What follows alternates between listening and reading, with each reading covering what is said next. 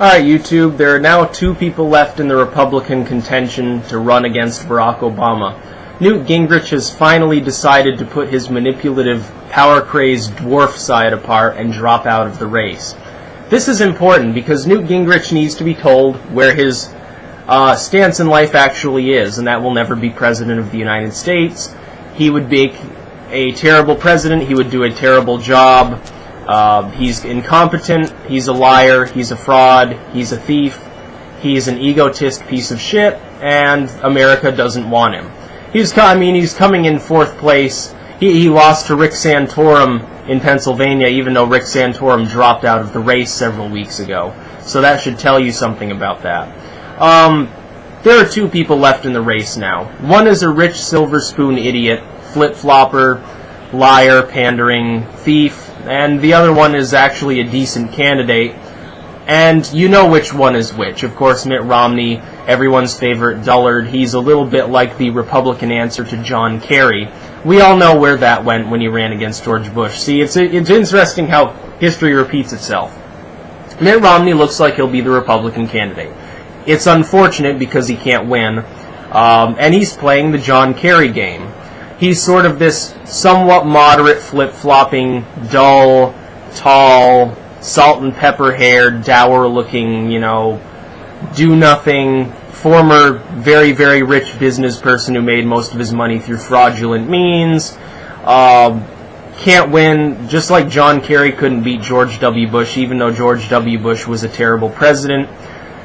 Mitt Romney can't beat Barack Obama, despite the fact that Barack Obama is, at best, a low to middling president who's really not doing much in office and just wants to toy around with the healthcare system. So Barack Obama will be reelected if Mitt Romney is the candidate chosen. I fully expect this. I think Obama would crush him. Because while Obama's not nearly as popular as he was 4 years ago, you saw what he did to John McCain the first time around, and you saw what John McCain did to Mitt Romney. He absolutely crushed him. And of course, John McCain crushed Romney, went on to challenge Obama, and in turn get crushed. Obama was a juggernaut at the time because of several things.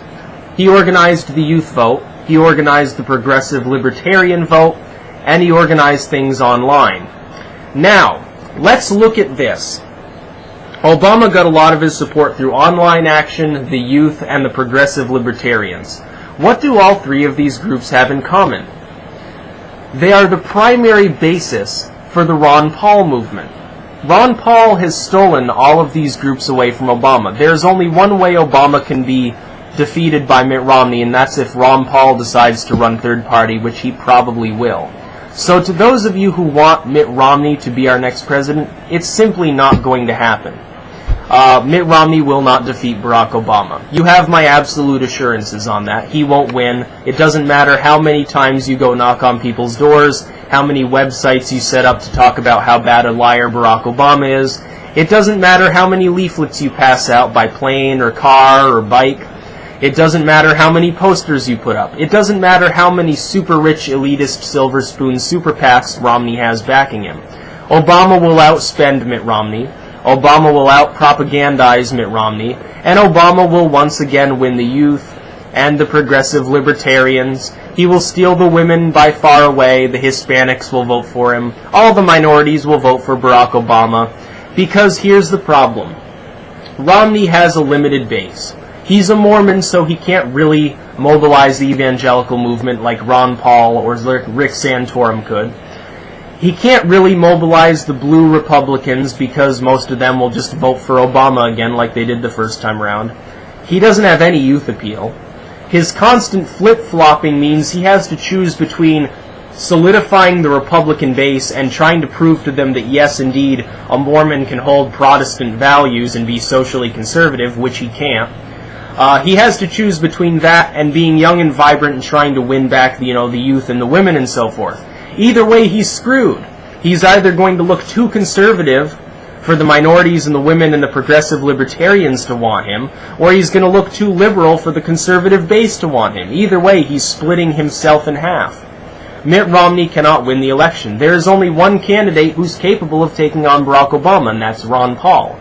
because he's capable of mobilizing the same forces Obama mobilized to win in the first place. It would be interesting if you would put Ron Paul in front of Obama and see who could win the debate. I think Obama would be severely outgunned. Mitt Romney, of course, Obama can make mincemeat out of him. All Obama has to do is focus on healthcare. Everyone hates this healthcare, and this Obamacare is the most terrible thing since Hiroshima. Well, what did Obama base Obamacare off of? Romney care. All he has to do is point that out in every single debate, and Romney will look like an asshole. And he can point out how Romney has consistently changed his stances on everything from contraception and abortion and gay rights and war with Iran and war with all these other countries and defense spending. And he can point out how Mitt Romney has shady business dealings at best, which make Newt Gingrich ethics record look spotless. How he liquidated thousands of jobs and made hundreds of billions of dollars off of other people going on the unemployment rolls.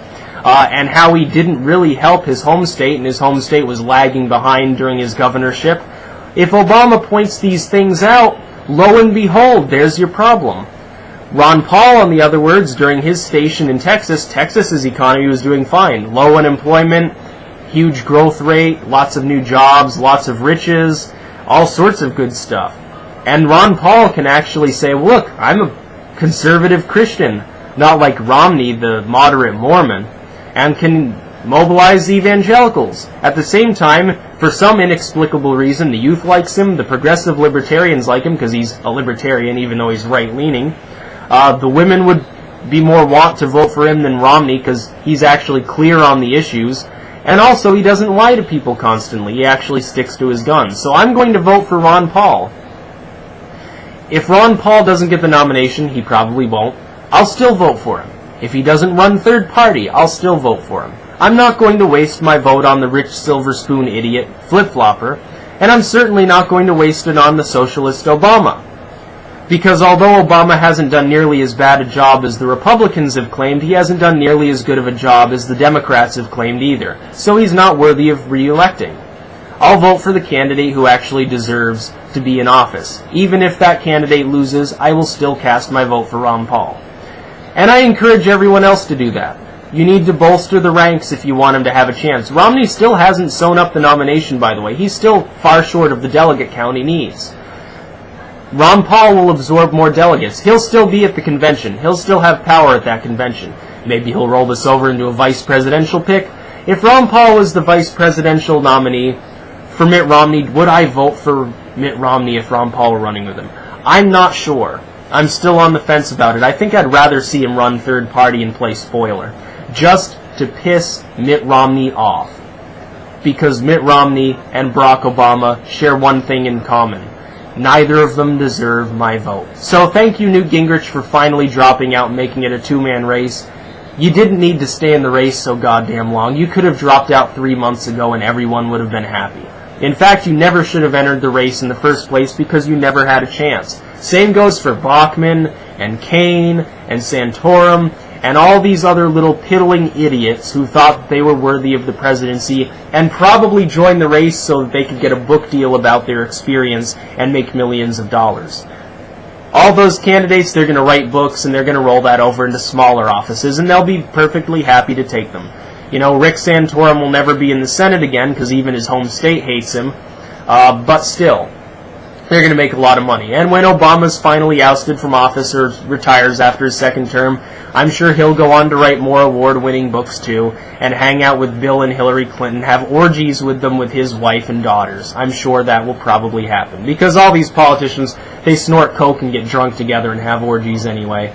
There's not a decent one among them.